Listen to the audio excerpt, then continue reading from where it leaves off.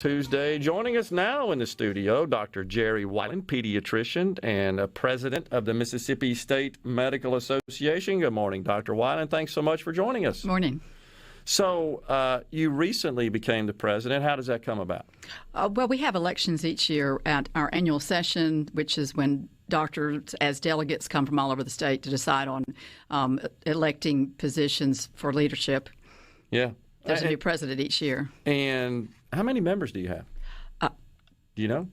Is it 3,000 or so. Okay. And physicians only? Physicians, or? yes. Okay. We're State Medical Association is an association of Mississippi physicians. I got you. And so what are the duties of the president, if you don't mind me asking? Well, I am the leader of the State Medical Association for the year. I preside at all meetings. Yeah. We do have a board of trustees with a chairman who runs meetings, but I'm responsible for taking care of any business that needs to be taken care of as far as MSMA goes. Well, the business right now, I guess, is COVID, as they say. I thought we were going to talk about that. I think we should, but we'll certainly talk about anything you want to. That's fine. It's appropriate. The case numbers have been rising rather sharply in the last few weeks, that being attributed to the transmissibility and the contagious nature of the Delta variant. The hospitals seem slammed. The ICUs are overwhelmed. It's a big problem. Saw the numbers today, I think just over 3,000, if I'm not mistaken. Over 7,200, I believe, right, for the weekend that were reported yesterday. All right, 3,291 yesterday. Okay. Yeah. Yeah. So today, though, one thing that caught my attention was the number of deaths at 111. I'm not sure, but that just kind of sounds like a record in terms of daily death numbers. Rhino, you may know, but it's a lot. It's a lot. Far too many, obviously. Any is too many. And I didn't dig into the numbers, but the people who've been getting sick have been the younger folks. Yeah. Old folks like me have already been vaccinated, and but our young Mississippians really have not felt the need to be vaccinated. I'm hoping that's changing, but they're getting sick, and they're getting sick enough to go into the hospital, and some of them without necessarily any good reason why it's them and not someone else are dying. Yeah, we are witnessing an increase in vaccinations in our state. I believe over 70,000 in last week, if I'm not mistaken. Dr. Byers said this morning 50,000 last week. Okay, well, I'm off a little bit. Yeah, but that's fantastic. Yeah. So that's an uptick, and nationally there is a rise as well.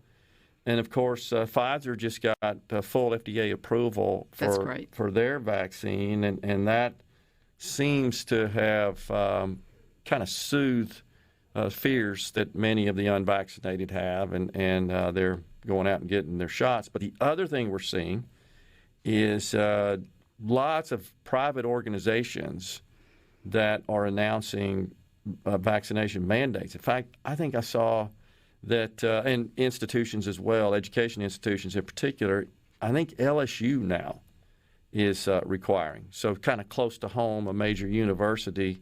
That news, I believe, just broke yesterday. There are some waivers and exceptions that can be granted, but evidently that's kind of their rule.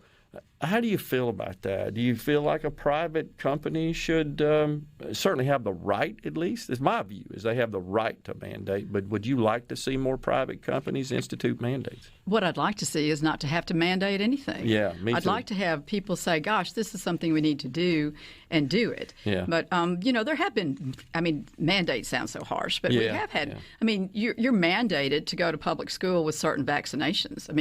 If you choose for your child not to be vaccinated, they don't get to attend public school. I'm a pediatrician, so vaccines, I've been a supporter of vaccines for 40 years. Yeah. And they work. Not just this one, they work. You probably have never heard of anybody with Haemophilus influenza disease. Okay, I haven't. Right. Not sure what it is. Okay, because we eliminated it just about in the state of Mississippi and completely decreased it. It was a terrible disease of children, usually less than age 6. that was bacterial. So this was even more serious than some of the viruses. And it would cause things like epiglottitis, which is a swelling of near the voice box to the point where the child would not be able to breathe and die. Mm-hmm. And also meningitis, bacterial meningitis, which, if they survived, because it could be treated with antibiotics, but if they survived, they were sometimes left with problems, not be able to hear, other learning disabilities. H-flu is one of the required vaccinations to attend school.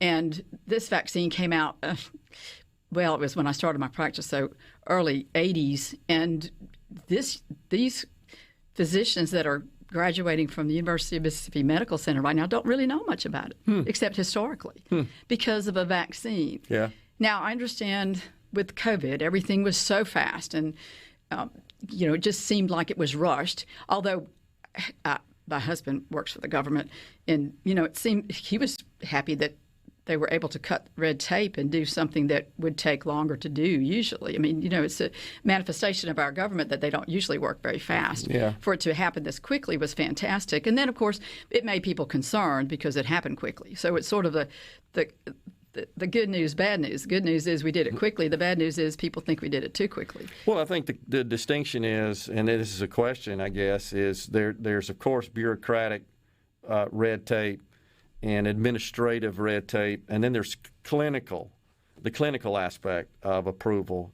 Did we cut, in your view, any corners from a clinical perspective? I do not see, because I actually had tried to see if I could be in any of the early trials. Okay. I remember talking to Dr. Edney that for chickenpox, he was in one of the early trials. Though I don't believe they cut any corners as far as any trials, any step along the way. Of course, I'm not a member of the FDA, and I'm not privy to that, but I really don't see that we did that. It still took a while.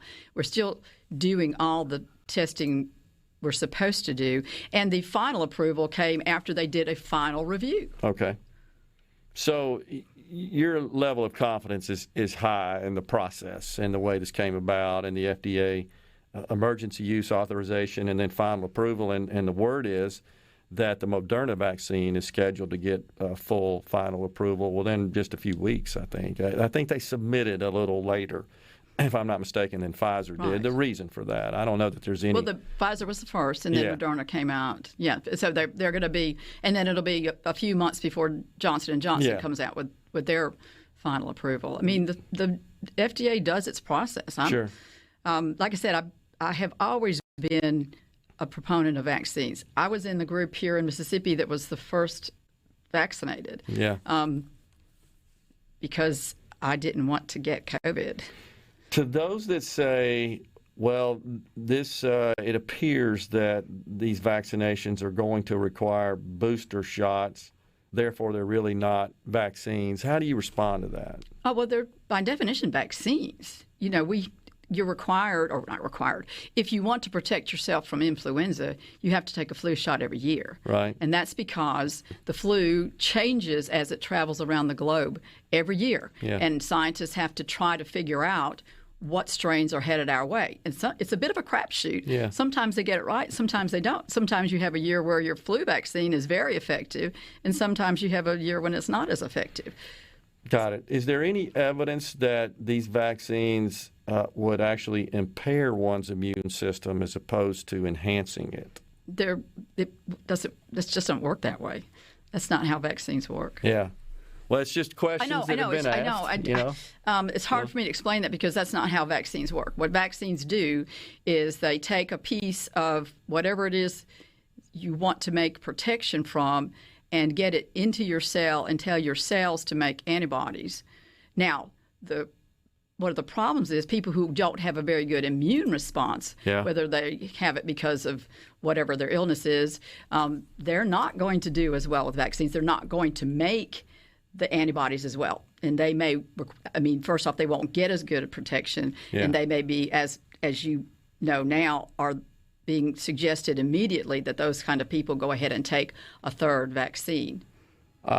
We got a break right here. Can you hang around with us? I think so. For another segment? I want to ask you about protecting our children. You being a pediatrician, you might have some insight on that, I would suspect. So we'll come right back with Dr. Geri Weiland, pediatrician and president of the Mississippi Medical Association, Mississippi State Medical. Dr. Geri Weiland, Pediatrician President of the Mississippi State Medical Association, is our guest in the studio. So this is a question, Dr. Weiland, from Gary in the Berg. Wants to know about the effectiveness of Synagis for RSV in infants, and could it possibly have any effectiveness against COVID? Synagis has been around for quite a while. It is a passive form of immunity. What we do is we give shots, and this is very specific. There are very few children who actually qualify for this. You have to have some underlying health issues or be an extreme premature baby, and you can have it in the first year. It's very controlled. They do testing about when RSV is present. The baby gets a shot once a month during the RSV season. It is specific for respiratory syncytial virus, RSV. Okay. It would have no effect on coronavirus. Got you. However, the monoclonal antibodies that we are now able to use in people who are contracting COVID is fantastic. This is going to reduce admissions to the hospital. If you get COVID, there is a call line at the Department of Health. You can call the number and find out where you can get monoclonal antibodies, and this should hopefully would prevent you from getting serious COVID disease. It is similar to the Synagis, to the RSV passive immunity. Gotcha. Another question wants to know if there's any data to prove the vaccine works. It's not been out long enough. This is a common. This is a common, I guess, objection and a common statement that we hear from those who are hesitant to get vaccinated. Yeah. They just don't believe it's effective. Well, I'm probably not the best person to answer the question, except to say that if you look at the numbers, we had the big surge, and then as vaccine became available until the Delta variant, we had a tremendous decrease, and we were all able to kind of go back to not having to wear a mask at Kroger's. Right. It was great. It was great. Yeah. But when you have a large, at the time, or even now, our vaccination rate is very low. Yeah. And, we've gone up from 34% to 38%, but that's still pretty dismal. Right. And you have that many unvaccinated people. The virus, all it wants to do is get in your cell and replicate. Makes you sick, replicate, and then makes more of itself. Well, these things are clever. They replicate at a very high rate, and then they mutate. And this is what has happened with the Delta variant. Gotcha. They mutate into something, unfortunately, bigger and badder. And then what you see is the cases. Now, still, to your listener, I would say that the extreme majority of the people that have gotten this Delta variant surge were not vaccinated. So I do think that you can, that's anecdotal, but you can say that it does work. Now, they're going to pull out the cases where people who've been vaccinated get sick also. The same thing happens with the flu vaccine. You take the flu vaccine. It's a shield, not a force field. Right. It helps you. If you do get the virus, then you don't usually have as many symptoms. You don't get quite as sick, and you don't end up in the hospital, and you don't end up on the ventilator. So I think that there's evidence, if you look at the numbers, that the people who are getting sick didn't get vaccinated. Yeah. Well, certainly the data bears that out. There are a lot of people that question the accuracy and the validity of that data, and there are folks that also believe that it's impossible to test for the variant that one is infected with. And I've spoken to some of my physician friends that say they absolutely have the means to do that. There's a sequencing process they go through to do that. Anyhow, here's another question. What's the correlation of vaccines and the rise of autism? There's no correlation. Vaccines have never been proven to cause autism, period. Amen. Autism is a terrible disease. It's very hard to diagnose. It usually happens in children as they're becoming toddlers. You become aware that they have some signs of autism. The problem, I think, with people who like to think there's a connection is that's when you get all your shots as a child. Yeah. You get them at 2, 4, 6, 12, 15, 18. Yeah. Because even at older ages, like meningitis and so forth, right, is typically when that, isn't that right? I'm sorry. When meningitis isn't, vaccines. There are vaccines against meningitis. Remember, I just talked about the Haemophilus influenza is one, pneumococcal is one, the meningococcal, those, we target older children with that. Those are the ones that were kind of rare but very devastating. Meningococcal meningitis are the ones that if you would have fever and you would be dead in a day. If you were lucky enough to make it to the hospital, you could lose limbs and be very sick for a very long time. So that's another vaccine success story, and I don't have all the particulars, but we do have one meningitis vaccine that we were given to teenagers that was only a few of the strains, the most common strains of meningococcal disease. We got it out to enough children, teenagers, young adults, that those strains don't cause the disease anymore. There's another bunch of strains that cause disease. So we now have a second one. I see. So there's now two different ones that hopefully eventually will be combined into one. But that's kind of a vaccine success story. And it's just science at the end of the day, is it not? I mean, these are just creations of science and scientists. Correct. But that's what some, especially like the mRNA vehicle for vaccines. That's been in the development. That's been somebody's life work for 20 years. Yeah. I mean, there's somebody that's been doing that for all of their adult life, and finally it gets used. There's a lot of scientists out there that do something for 20 years and it never gets used. So it's accurate to say, is it not, Doctor, that development of these vaccines didn't start when COVID hit? Oh, no. As a matter of fact, the mRNA vehicle is currently being used for the Ebola vaccine. Now, I'm not a world traveler, but if I was going to Africa, I would take it. Interesting. So there are, of course, reports that show that the vaccines, they help prevent serious illness, but they don't seem to be slowing down the spread, especially with the Delta virus. I think at first we were sort of told, well, you're less likely to shed virus if you're vaccinated. With the Delta variant, given its highly contagious nature, apparently you can. But it would seem to me, though, if folks are vaccinated and you're shedding and someone contracts it from a vaccinated person, and that is a vaccinated person that contracts it, they're likely to not have serious disease from it. And that's the point. But if you're sitting next to somebody who's not vaccinated, then they are at more risk. Yeah. So that's definitely an issue. Another question that is, I think, frequent is, let's see if I can find it. What about pregnant women? What's the recommendation on that?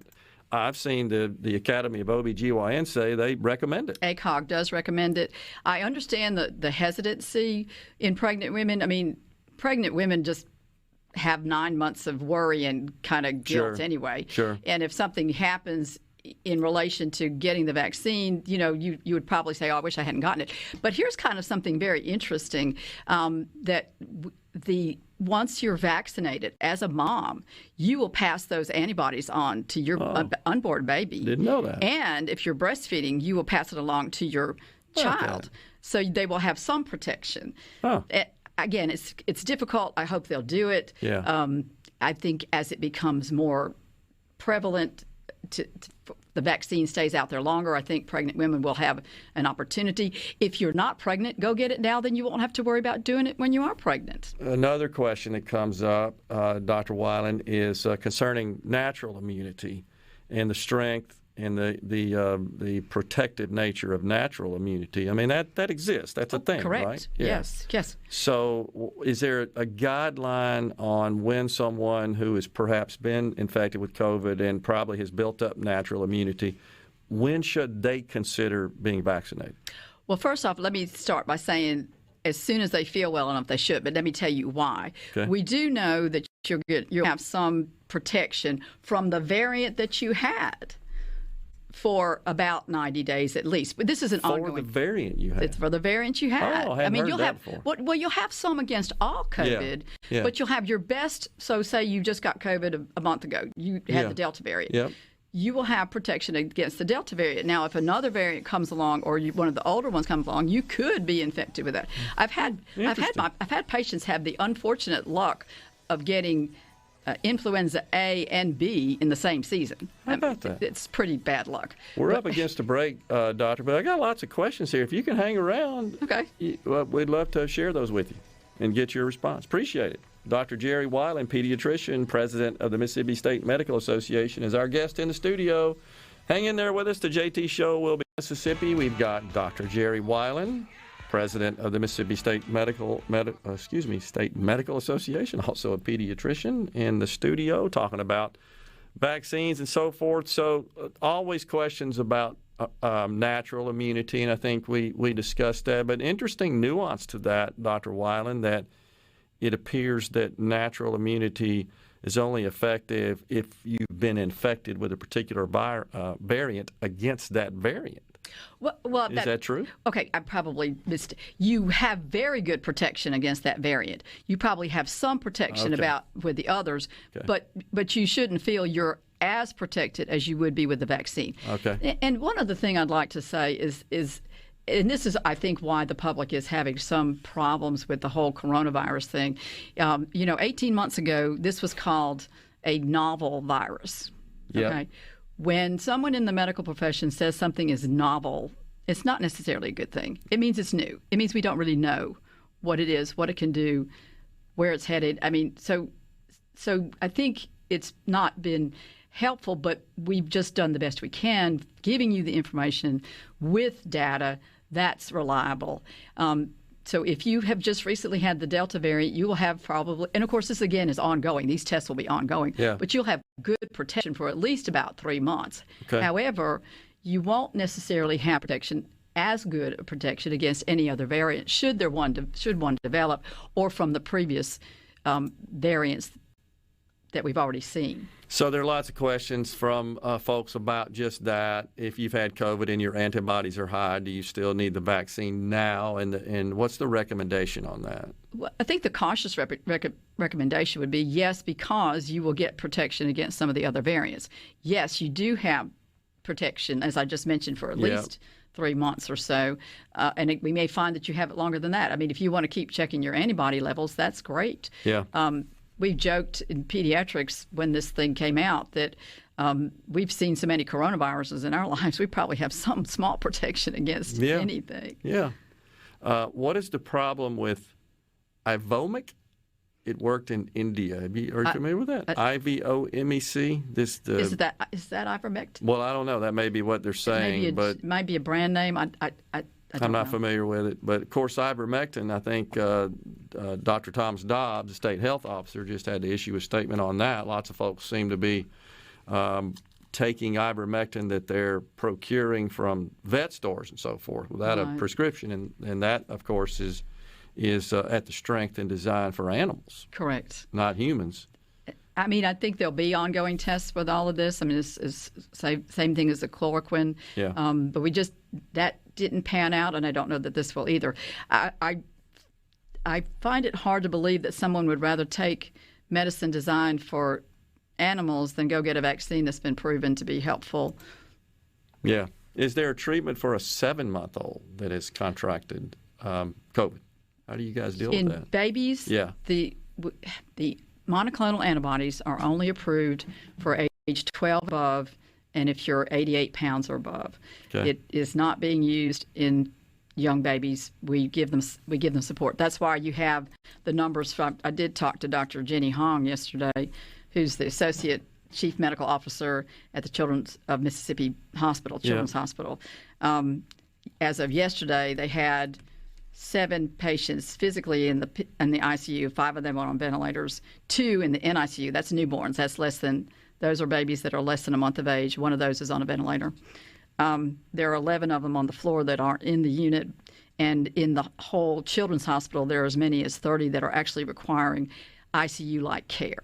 Yeah, I read an article published by Children's of Mississippi talking about multi-system inflammatory syndrome, MISC. And as of yesterday, they had 6 to 7 hospitalized with MISC, multi-system inflammatory syndrome in children. There is a MISA, which is adults. And is that brought on by COVID? It is COVID-related. By definition, if it's MIS or MIA, MISC or MISA, it is COVID-related. There are other similar diseases like Kawasaki's, but this is specific for COVID. You're seeing either children having a prolonged fever, or they get well and then they get tremendously sick again, and that's the MISC. Yeah. So folks are asking us, here's one, Brandon from Corinth says, I'm vaccinated and have the natural immunity from December when evidently Brandon had COVID. How likely am I to get infected with it again? Well, I don't know how you can say that, right? I think he's in pretty good shape. But remember, Brandon, it's a shield, not a force field. Right. You still don't want to get next to somebody that's coughing. You still want to mask up in those areas that it's appropriate. You want to stay home if you're sick. You want to tell people to stay home if they're sick. But he's probably in pretty good shape. Yeah. So let's see if I've got what else I got. What happened to ages 12 to 15 with a Pfizer vaccine? They say 16 and older. No. Right now, as of right now, if you are 12 and above, you can receive the Pfizer. So 12 and above can receive Pfizer. And did the FDA approve it under the full authorization? My understanding is the full authorization. Yeah, I didn't know there was any... the nuances between the full and the EUA, I think are, again, the EUA are just waiting for final review. Yeah. There's not ongoing testing. There's ongoing review of data and of reports. Statistically speaking, is one of the vaccines more effective than others? Reports I've read suggest that the Moderna seems to be more effective against the Delta variant than the Pfizer. That may be. Yeah. Those are ongoing tests. That's something that Dr. Dobbs and Dr. Byers could tell you. Yeah. But both of the mRNA, which is the Pfizer and the Moderna, seem to be a little bit better than Johnson & Johnson, but still, even if you took the Johnson & Johnson, that's better than nothing at all. Yeah, so. Yeah. A lot of speculation about just the durability of COVID. Do you think it's here to stay like the typical flu is? I'm concerned that it is. Yeah. It wants to change. It'll keep, viruses do that. I think it's, first off, coronaviruses are here. This particular super coronavirus may remain in some capacity. I think we should plan on that. One of the things that my physician friends have shared is that even though even antibodies are effective, as you indicated earlier, that it appears the Delta variant escalates more rapidly. And so the various treatments, therapeutics, are more effective when they're administered early of onset of disease, I think, like most treatments are.